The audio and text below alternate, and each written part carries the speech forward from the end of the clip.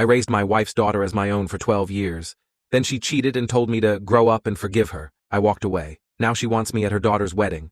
Hello Reddit I plus here. Let me tell you a story I never thought I'd be sharing, but here we are. This is about betrayal, love, deception, and walking away when no one else sees your worth. I met Cassandra when I was 28. She was a single mom with a 3-year-old daughter named Lily. Her ex, Lily's biological father, was long gone, disappeared after she got pregnant, and she hadn't heard from him since. I wasn't intimidated by the idea of being a stepdad. If anything, I saw it as a chance to create something meaningful with someone who needed me, and God, did I try. By the time Lily turned 6, she was calling me Dad, not stepdad, not uncle, just Dad. I was there for everything.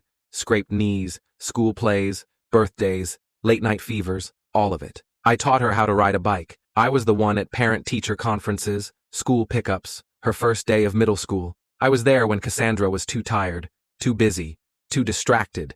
And speaking of distracted, there were signs. Cassandra started working later, weekend work retreats. She got protective of her phone. But when I asked, she made me feel like the problem. You're paranoid. You're insecure. Why can't you just trust me? Then, one night, I found proof. A text popped up on her phone while it was charging on the kitchen counter. She must have forgotten to put it on silent. It was from some guy named Travis. Last night was incredible. I can't stop thinking about you. I didn't blow up. I didn't scream. I waited. I sat on it for 2 days while I figured out what to do. Then I confronted her calmly. She denied it at first, then finally admitted it. Said it had been a few months. When I asked why, she didn't even have the decency to apologize. You've changed. You're not as fun as you used to be. We've grown apart. Travis makes me feel alive again. When I told her I was leaving, she looked shocked. Like somehow I was the villain. She actually said to me, "Don't throw away 12 years over one mistake. Grow up and forgive me. Lily needs you." That last part broke me, because Lily was the one person I was thinking about. But I knew staying would just keep me miserable and make me resent both of them in the long run, so I packed my things and left. A week later, she texted me again, not to apologize, but to ask if I'd still take Lily to her piano recital. I didn't reply. I couldn't. Not then. I was broken. I didn't eat for days. I went through old photos, old drawings Lily had made. One had a stick-figure family, her, me, and Cassandra. The caption read, "Me and Mommy and Daddy." I kept that one. It's still in my desk drawer. A few months passed, then a year. I tried moving on. Therapy helped. My brother helped. I started traveling for work and kept a low profile online. I went completely no contact with Cassandra. Lily reached out a few times, but each message felt off, polite, like a coworker. She never asked why I left, never asked for my side. Maybe Cassandra had poisoned the well. Maybe Lily had just grown up. Maybe she resented me for leaving. I don't know. Then, last month, I got a letter. A real paper letter. The return address was Cassandra's. Inside was a wedding invitation. Lily is getting married, and they want me there. Not just as a guest, but to walk her down the aisle. I read that line 5 times. My chest tightened. I sat on the couch staring at the wall for hours, because here's the thing, they don't want me there. They want the version of me that stayed, the version that sucked it up, looked the other way, and kept the fantasy going. They want me to smile for the cameras and pretend like the last few years didn't happen, like I wasn't discarded, like I didn't matter. I didn't respond. A week later, Cassandra called. First time I'd heard her voice in almost 4 years. She said, "Lily really wants you there. She still sees you as her father." I asked her, "Did she ask for me? Or did you push this because you want to feel better about yourself?" Silence. Then, "Does it matter?" It mattered. So I asked one more question. "Did you ever tell Lily why I left?" Long pause. Then she said, "I told her it was complicated." Complicated. That's what she called it. Not betrayal. Not cheating. Not humiliation. Just complicated. I told her I wouldn't be attending. Not because I don't love Lily. Not because I want to hurt anyone. But because they chose this. Cassandra made her bed, and Lily, whether manipulated or not, never asked for the truth. Never gave me a chance to explain. I ended the call. That night, I pulled out the old drawing again. The one with me and Mommy and Daddy. I looked at it one last time, then put it back in the drawer and locked it. Some people think forgiveness is a virtue. Maybe it is, but so is self-respect. And I finally learned how to choose myself. A few days after I told Cassandra I wouldn't attend, I got an email from Lily. Not a text, not a call, an email. Formal. Cold. "Hi. I'm disappointed you won't come to the wedding.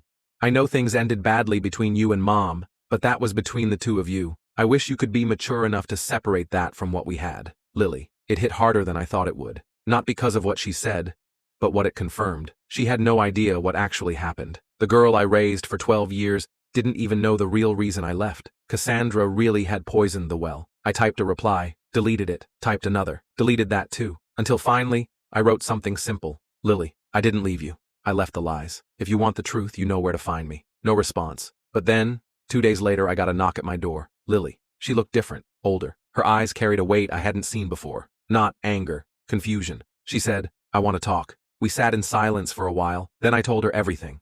The texts, the confrontation, Cassandra's refusal to take responsibility, how she told me to grow up like I was the problem. Lily didn't say a word, just stared at the floor. When I finished, she said something that stunned me. She told me you cheated. I laughed, not because it was funny, because it was insane. Cassandra had flipped the story entirely, told Lily I'd been unfaithful, and that I had walked out on them. Why would she lie about that? Lily asked, like a child trying to unsee the monster under the bed. I didn't answer. I didn't have to. The look on her face said it all. She knew, but it didn't stop there. Lily told me something else. Mom's not with Travis anymore. Hasn't been for years. He left her 6 months after you did. Turns out, Travis was just a fling, a thrill, a midlife fantasy. Once the dust settled, he ghosted. She tried dating after that, but no one stuck. Everyone saw through her. She's not happy, Lily whispered. I almost felt sorry for her. Almost. But then came the final twist. Lily hesitated. Then she said, there's something else you need to know. About the wedding. I braced myself. She said, Dad's back. I blinked. What? My biological father. Mom found him last year. She invited him to the wedding.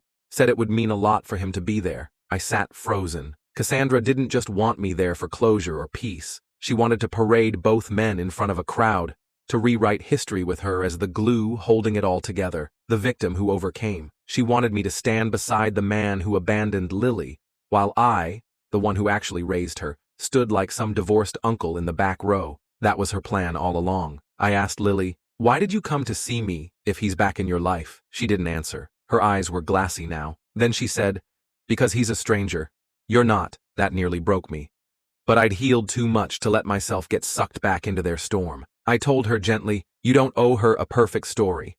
And I don't owe her silence. She left that night without saying much more. A week later, I got a text from a number I didn't recognize. It was Travis. Yeah, that Travis. Just wanted to say sorry, man. I didn't know you were still together when she came on to me. She said you two were in an open phase. She never said you raised her kid. If I'd known, I wouldn't have touched that mess. I didn't reply. I didn't need to. Because that was the final nail in Cassandra's self-dug coffin. A week before the wedding, I got another email from Lily. This one was short. You were right. About everything. I told Mom not to come to the wedding. And I asked him not to walk me down the aisle. I'm walking alone. It feels right. Thank you for being my real dad. I'm sorry it took me this long to say it. I stared at that message until the screen dimmed. Then I let out the breath I didn't know I was holding. She finally saw the truth, and she made her own choice. Not Cassandra's. I didn't go to the wedding, but I sent her something. An old photo of us. When she was 8.